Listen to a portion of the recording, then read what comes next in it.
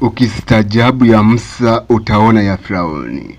Huko nchini Urusi, serikali ya nchi hiyo chini ya Rais Vladimir Putin imetangaza mbinu mbadala ya kuongeza idadi ya wananchi kuzaliana.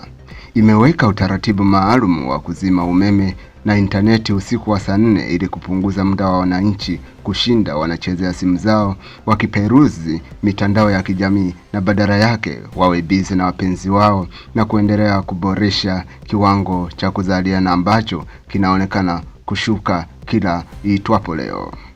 Hii ni baada ya utafiti uliofanywa na wataalamu maalum walioandaliwa na serikali ya Urusi kujua kwa nini kunapungua idadi ya kuzaliana nchini humo. Wataalamu wamegundua moja ya sababu ni wanandoa kujikita zaidi mitandaoni usiku kucha na kupunguza ukaribu wao wakiwa majumbani, jambo ambalo linaonyima fursa ya kukutana kimwili.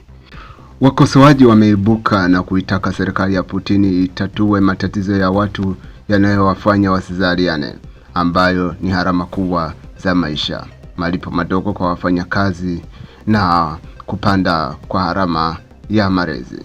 Mtazamaji, endelea kusubscribe channel yetu kwa update mbalimbali zinazotokea ulimwenguni.